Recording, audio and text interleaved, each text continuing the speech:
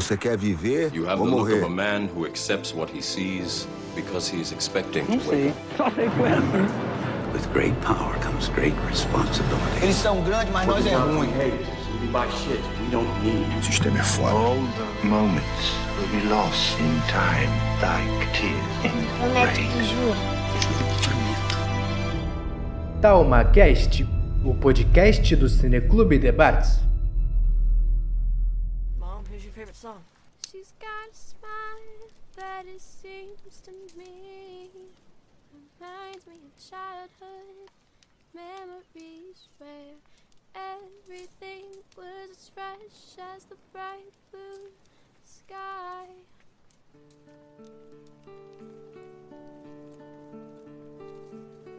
Now and then when I see her face, she takes me away to that special place. And if I stare too long, I'd probably break down and cry.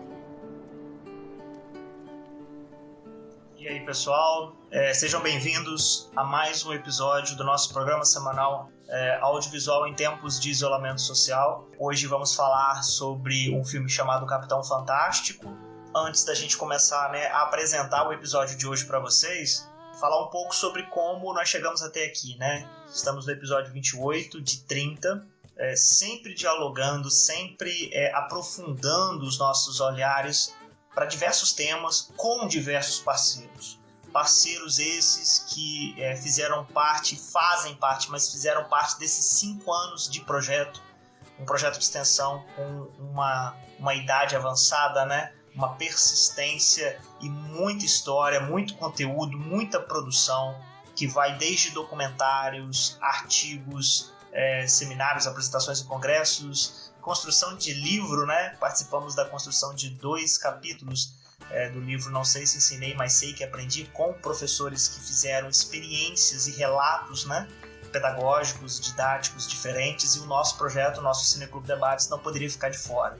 Então, a gente tenta sempre relembrar aqui, antes de cada episódio, da importância da participação de todos, na medida em que nós queremos estabelecer um diálogo e uma comunicação com as pessoas e entre as pessoas, independentemente da sua área, independentemente da sua ciência, independentemente de qualquer coisa. E isso sim é fazer democracia na prática. Então é algo desafiador, é algo que nesses 5 anos nos moldaram, nos transformaram, e o nosso projeto então celebra nesse ano de 2020 essa marcação, e ao mesmo tempo com muito pesar por ser dentro de uma crise global, dentro de uma pandemia, dentro de um cenário trágico que a gente não pode deixar de mencionar sempre.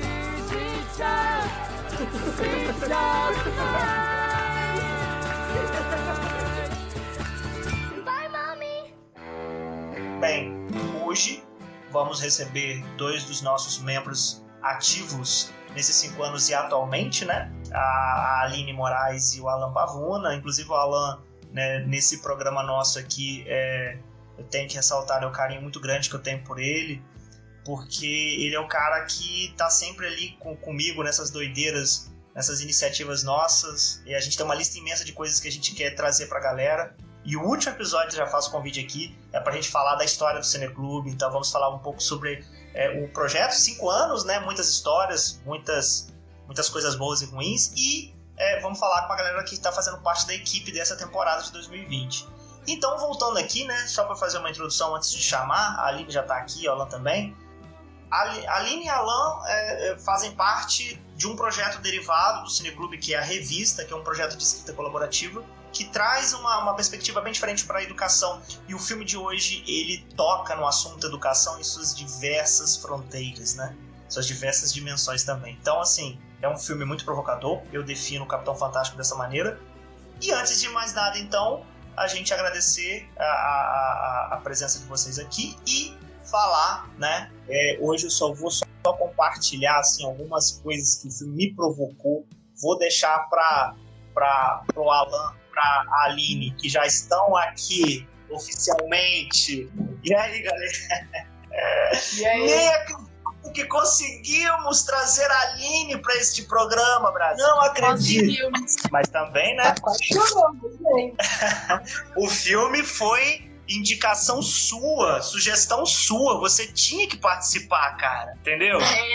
Sobrou pra mim. Sejam bem-vindos. Obrigada. Obrigado, boa noite a todos. Cara, eu tava falando agora há pouco. Eu vou deixar com que vocês dois conduzam, porque esse filme, ele, creio que dentre os 30 episódios que vão fechar, né? Até faltam 2, mas a gente tava 28 desse programa nosso, é o filme mais provocador, cara. É o filme que mais me fez vivenciar uma montanha-russa de emoções. E olha que ontem foi Jurassic Park, hein? Que tem, assim, uma importância na minha vida, em todos os sentidos, né? Como inspiração. Mas Capitão Fantástico é um daqueles filmes que você não tem como ser a mesma pessoa, porque o filme faz você... Eu terminei o filme, eu fiquei assimilando ele, eu fiquei, assim, ruminando o que ele fez comigo, porque eu não tenho uma análise mecânica, não tenho uma análise crítica sobre ele, eu só tenho para falar do que eu senti. E, obviamente, questões racionais, né, questões mais, assim, complexas acabam surgindo porque o filme faz isso, ele brinca com isso, ele cita, né, ele faz uma narrativa onde o Noam Chomsky tem uma participação ali provocadora também, mas vou passar a bola para vocês, começar com a primeira provocação, pedir a vocês para vocês se apresentarem de novo, né, porque todo mundo que já acompanha o projeto sabe quem são vocês, a gente tem um público aí de amigos nossos que estão vendo a gente, e agradecer demais a vocês dois por terem aceitado o convite, é uma honra muito grande ter vocês de novo aqui.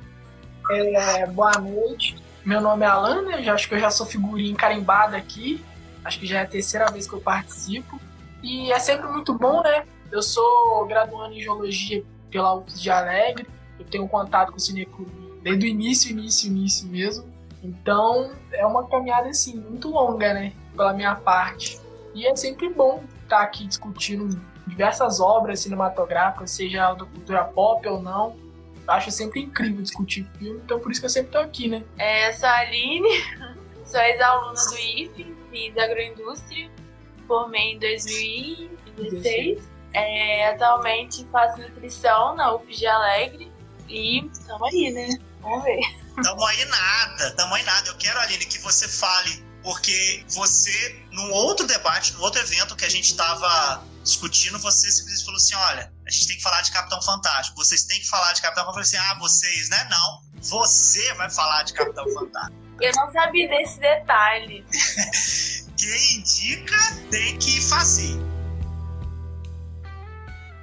E aí, Aline, por que Capitão Fantástico? Então, o primeiro filme que é bem parecido com Capitão Fantástico, que me chamou muita atenção, foi Na Natureza Selvagem. Que eu acho que eles são muito parecidos com essa temática de sair, né, de largar tudo da sociedade, assim, e fugir pro meio do mato, e viver, assim, abandonar todos esses costumes que a gente tem, né, esse estilo de vida consumista e na cidade grande, tudo muito urbanizado, o contato social. E Capitão Fantástico me chamou muita atenção por causa disso, de ser bem parecido com Na Natureza Selvagem, que é um filme que eu gosto muito também, e fora as outras questões, né, porque depois tem esse choque que eles saem da floresta e vão ter contato com a sociedade. E esse choque, pra mim, é muito impactante, eu acho muito massa. A questão que mais me chama a atenção é da alimentação. Pode estar fazendo nutrição agora, né? Eu nem lembrava dessas questões. A gente reviu o filme ontem e muita coisa era como se eu estivesse vendo pela primeira vez. Que eu tava, caramba, que massa essa parte. Mas a parte que nunca me saiu da cabeça foi quando ele leva os filhos pra comer, né? Em estabelecimento. Quando eles chegam na cidade, e aí a menina pergunta, a filha dele, o que é Coca-Cola? E aí ele fala água envenenada. E isso não sai da minha cabeça desde a primeira vez que eu assisti. Tem muito tempo que eu assisti ele. Eu assisti pela segunda vez ontem e foi totalmente diferente. Toda essa questão que eles tratam, a alimentação, que eles que iam atrás da comida deles, eles desde do abate até preparar, fazer tudo, eles que se viravam lá. E no estilo de vida que tem esse choque, né, que tem esse encontro, não é nada assim, eles chegam e já tá tudo pronto.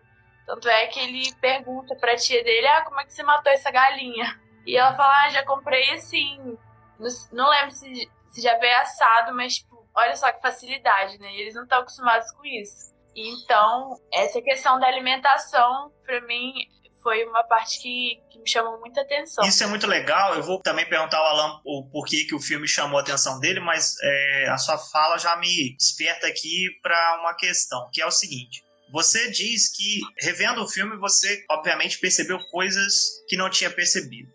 Você acha que o fato de você agora estar dentro de uma graduação dentro dessa área da nutrição fez a sua percepção sobre esse processo, por exemplo, de como a gente pensa a alimentação e vive a questão da alimentação? Você acha que essa mudança de ótica que você teve tem a ver muito por essa mudança de profundidade do seu conhecimento em relação a essas questões? Tipo, o filme é o mesmo, a Aline é outra Aline. Então você fala de duas perspectivas distintas. E você acha que isso tem a ver pelo seu contato com todo esse aparato científico que está por trás da sua graduação? Eu acredito que sim, principalmente quando se trata da questão da obesidade, né? Porque a nossa alimentação impacta diretamente na nossa saúde e diversas outras coisas.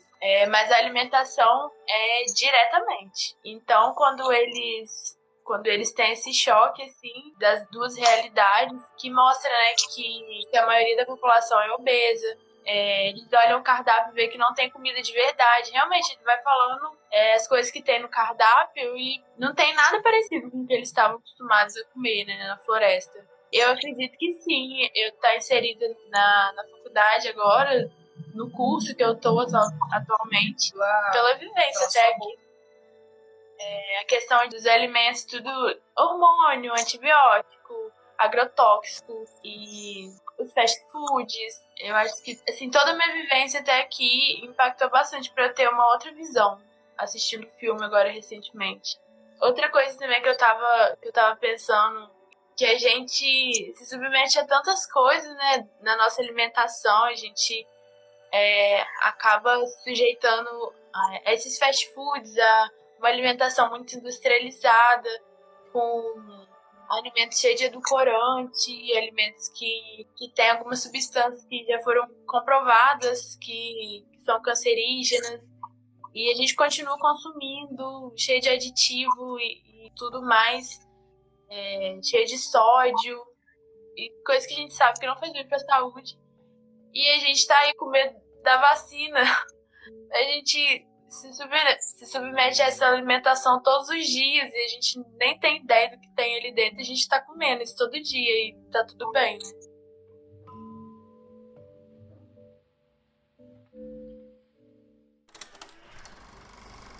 O que foi? Qual o problema das pessoas? Estão doentes? Como assim? Todo mundo é tão gordo. São. Que nem hipopótamo. Não é legal dizer isso. Mas olha. Olha só, você pode achar isso, mas não tira sarro dos outros. Né, pai? Exato. Não tire sarro dos outros.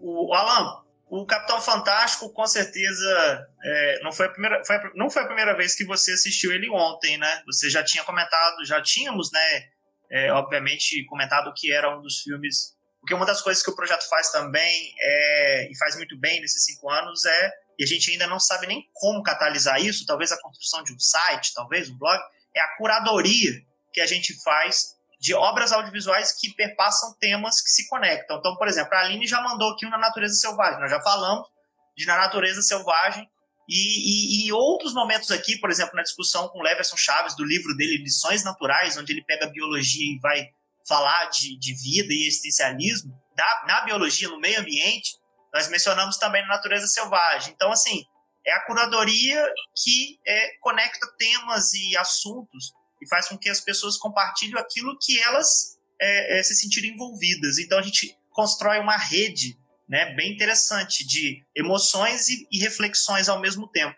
E Alan, para você, Capitão Fantástico, a gente já conversou hoje um pouco sobre alguns pontos que você conseguiu identificar, mas você diria que é um filme bom por quê? Cara, eu acho que Capitão Fantástico é bom. Eu não diria nem que é bom, né? Eu acho que ele é uma obra, assim, ultrapassa muitas barreiras e muitos limites dessa qualidade dele. E eu acho que ele é bom, né? Pelo quesito dele tratar de temas recorrentes na sociedade de uma maneira muito leve, mas não sem deixar que o tema seja fútil, sabe? Ele não deixa o tema esvaecer na sua essência. Ele trata, ele levanta os discursos daquele tema, ele mostra aqueles discursos e ainda assim levanta os problemas que aquele tema percorre, sabe?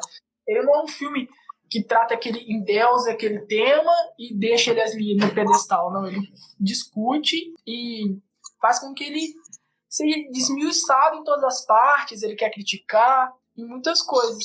Aí, eu acho que essa é a terceira vez que eu vejo, ontem, né, foi a terceira vez que eu vi esse filme, eu lembro que eu vi ele no ano que ele saiu, vi um ano depois, eu acho, com a Miojo, né, e eu vi a gente reviu ontem, né. Eu acho que é sempre muito bom, porque a gente sempre percebe coisas novas nele. Ele é um filme que não se perde ainda no tempo, né? Acho que ele não envelheceu, apesar de ter já 4 anos. Ele não é um filme que ficou para trás nos temas dele. E eu acho que ele é incrível em tudo, desde as críticas que ele faz naquele momento em que o filme se passa, que o filme se passa realmente em 2016 mesmo.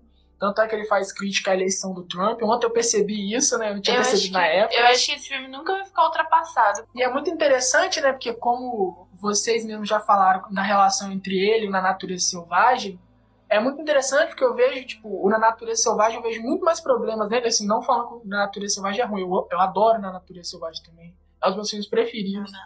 Mas o Na Natureza Selvagem, ele tem muitos problemas em relação ao tema que ele quer abordar. Eu vejo isso, pelo menos, no filme, não sei do livro, nunca li. E esse não. Ele aborda um tema bem parecido, né? E ele aponta os erros, ele discute o tema de uma maneira muito perfeita. Eu acho incrível, é isso. Não tem nem palavras. Eu acho Capitão Fantástico muito bom, velho. Muito, muito bom. Eu aconselho todo mundo a ver. Todo mundo que quiser ver um filme diferente, que faça pensar fora da caixa, sempre assistam. É muito bom. Eu acho que é basicamente isso. Por que eu acho bom é isso. Obviamente eu quero provocar vocês a botar pra fora ou tentar encontrar uma palavra ou alguma coisa na linguagem que possa fazer com que a gente sinta também o que vocês sentiram. Mas eu sei que isso é uma tarefa que nós todos vamos fracassar. Nós tentamos usar a linguagem para aproximar mais ou menos o que a gente sentiu. Como eu comecei aqui falando que eu falei, nossa, e a Cristiane estava comigo e eu falava, nossa, olha isso, olha o que ele quer dizer, olha como é que olha só pra Cristiane. Tipo, ainda mais agora, né? E eu também, quando assisti, eu tinha uma cabeça, e agora, como pai, eu tenho outra perspectiva, porque a paternidade ela é algo que, obviamente, guardado as devidas proporções, cada caso é um caso, mas realmente é uma provocação a mudar, a virar a chave sobre várias coisas. O problema de quem faz filosofia é que você se observa fazendo a transformação. Não é só uma transformação, é como se eu tivesse me observando o tempo inteiro. Caramba, Rafael, como é que você está mudando? Eu falando para mim mesmo, uma coisa até meio louca. Mas o filme fala de educação familiar, educação escolar. O filme toca no tema educação em suas, como eu disse no início, em suas diversas fronteiras e campos. O diálogo, na medida em que é um pai que não hesita em dialogar, em contra-argumentar, em trabalhar uma retórica, uma oratória com os filhos e com quem, né, divide os espaços. E aí a gente já está falando do conflito entre eles e os primos, eles e a galera da civilização, abre aspas, né? Comunicação é um tema também que está ali, né, no sentido de as dificuldades de mundos diferentes, visões diferentes, seja sobre alimentação ou não, sobre existência, sobre o valor do conhecimento, né? Até separei um trecho para falar aqui que eu achei sensacional para falar disso. Civilização é um tema que fala sobre civilização, é um tema que não é que quer trazer, o filme não faz isso, ele não traz uma outra alternativa como a solução para os problemas de uma alternativa. A alternativa, no caso aí, é o sistema vigente, o sistema de visão de mundo, de tudo que a gente faz parte. Não, ele mostra que esta suposta alternativa também tem problemas, também tem alguns defeitos, né?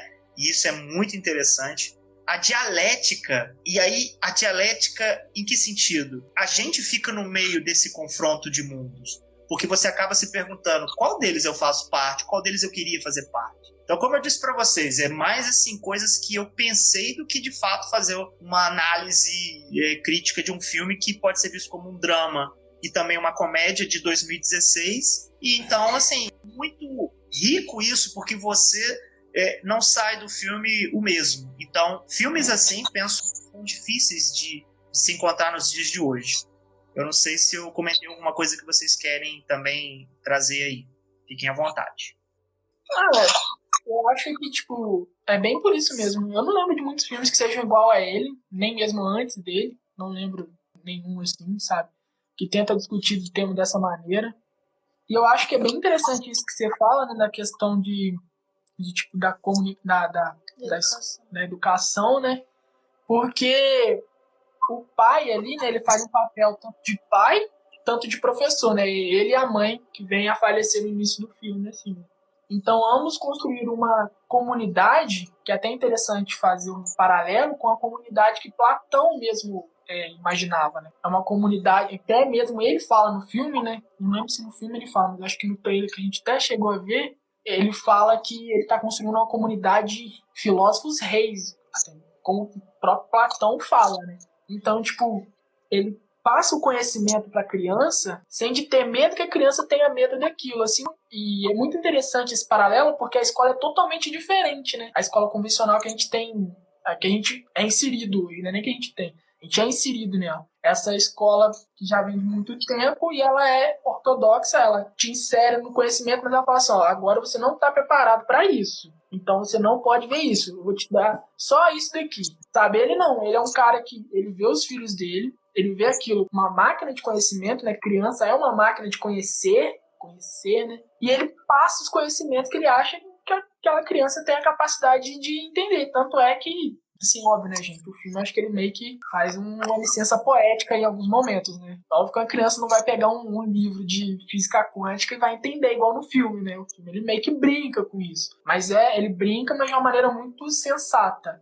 Ele passa aquele conhecimento e sabe a capacidade que a criança tem de entender aquilo. Que a criança não é inocente.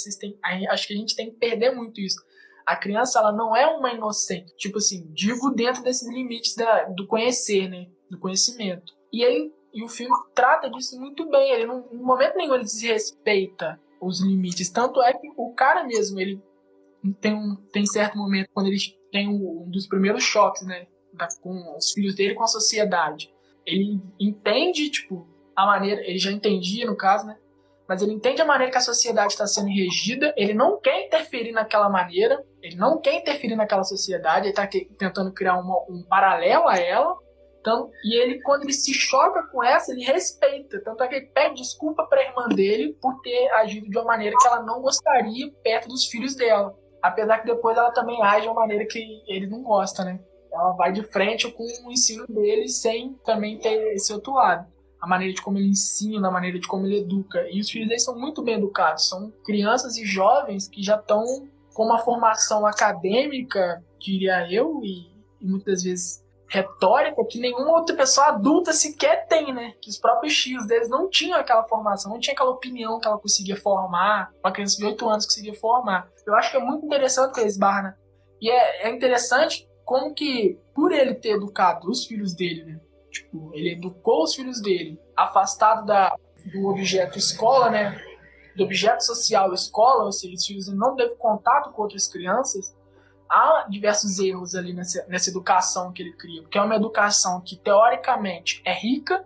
As crianças têm conhecimentos de literatura, filosofia, de arte, música, línguas, eles sabem falar diversos idiomas até mesmo mortos, né, por assim dizer, física, matemática, mas eles não têm a interação social, ou seja, o filme ele meio que mostra isso, né, olha, é complicado fugir dessa casa, é complicado você querer desvincular da escola, desvincular a escola, o objeto escola, dos seus filhos, na sua educação. Lembrando que ele tem um papel, o filme mostra a função da escola, mas não como educadora, mas sim como objeto de interação social.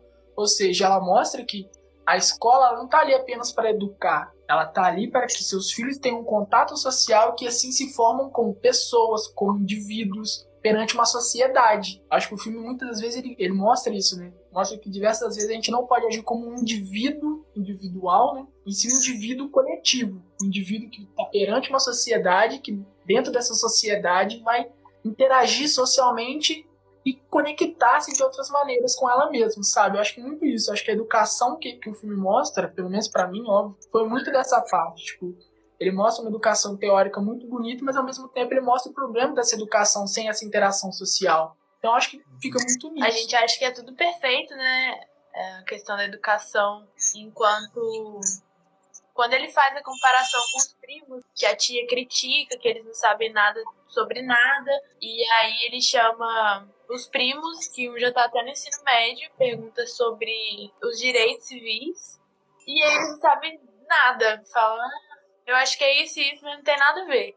E aí ele chama a filha dele de 8 anos, e ela fala... Primeiro ela começa a citar, né, tudo que tem lá, e fala, não precisa... falar isso, eu quero a sua opinião, ou seja, ela ainda sabe formar uma opinião em cima daquilo que ela já gravou e eles não têm ideia do que se trata.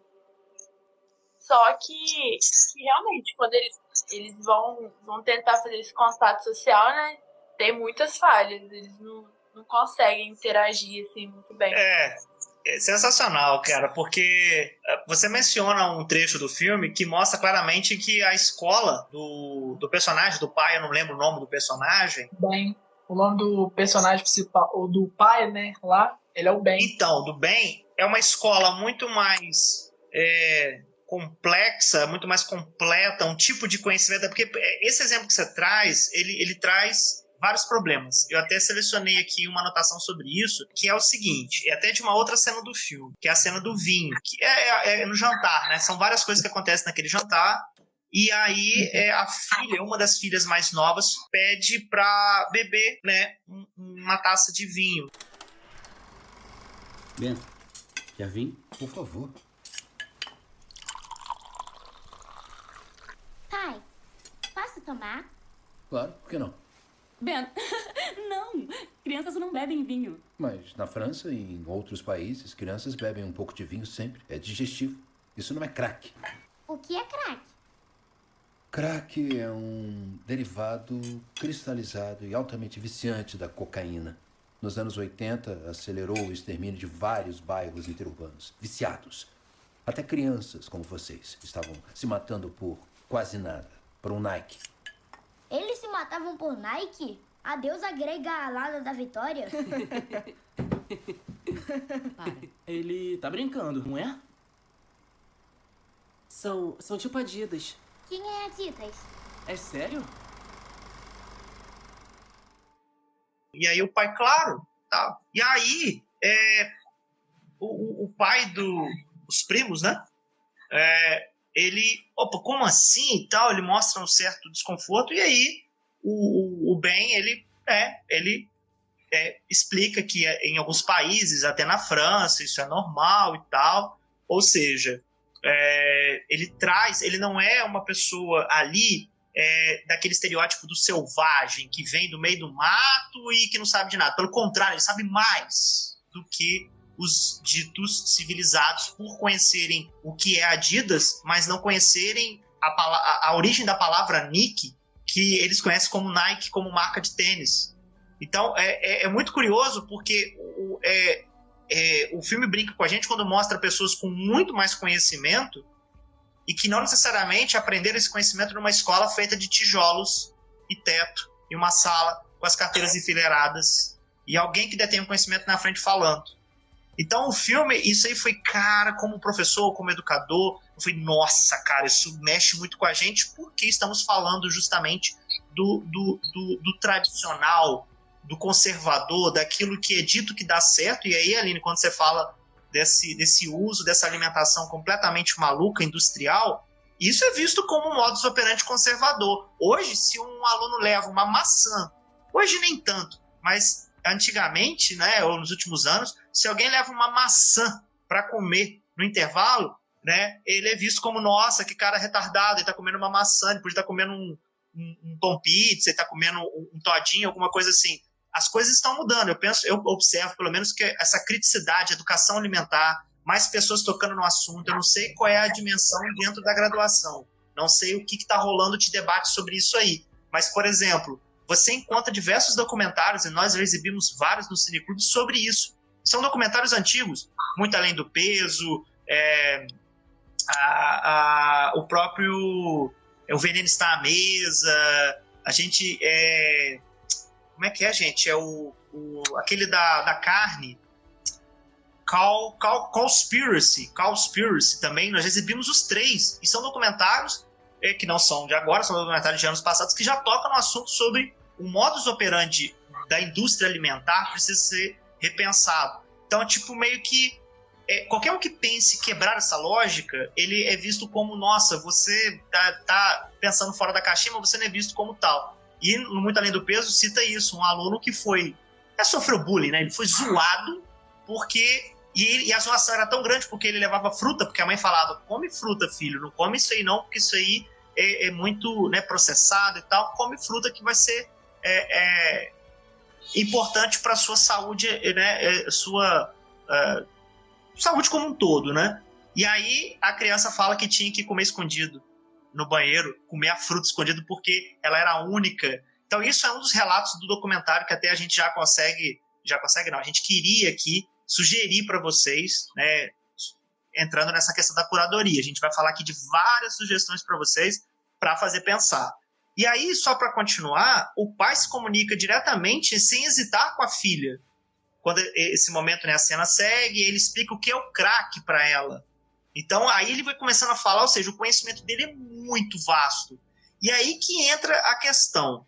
O filho dos primos debocha quando a menina fala Nike, e ela faz menção a deusa da mitologia grega, né?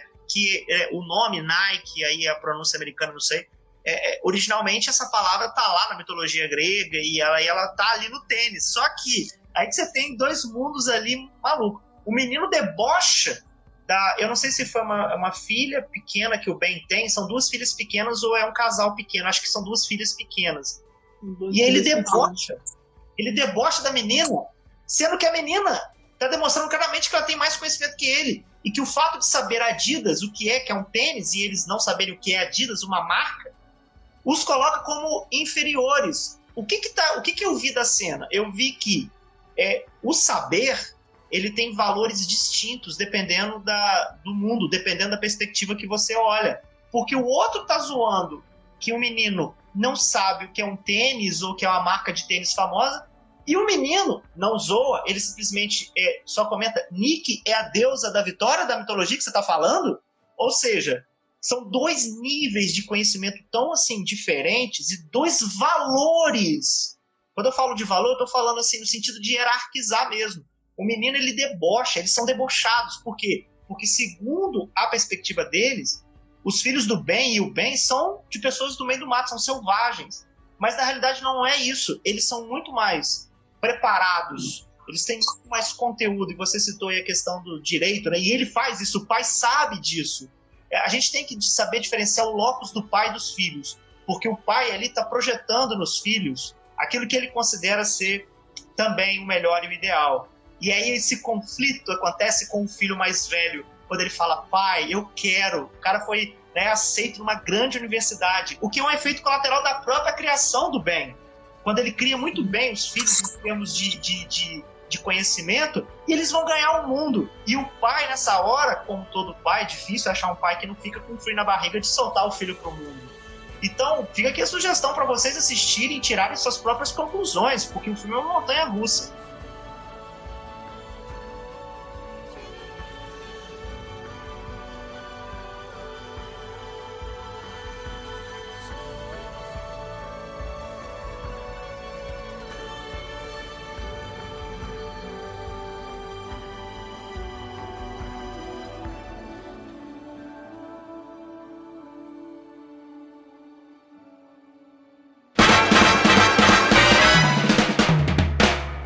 E aí, gostaram?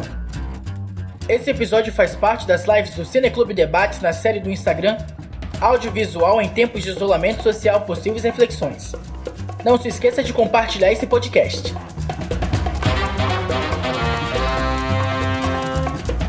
Acesse o nosso Instagram, @CineclubDebates, para acompanhar na íntegra os episódios e debater ao vivo com a gente.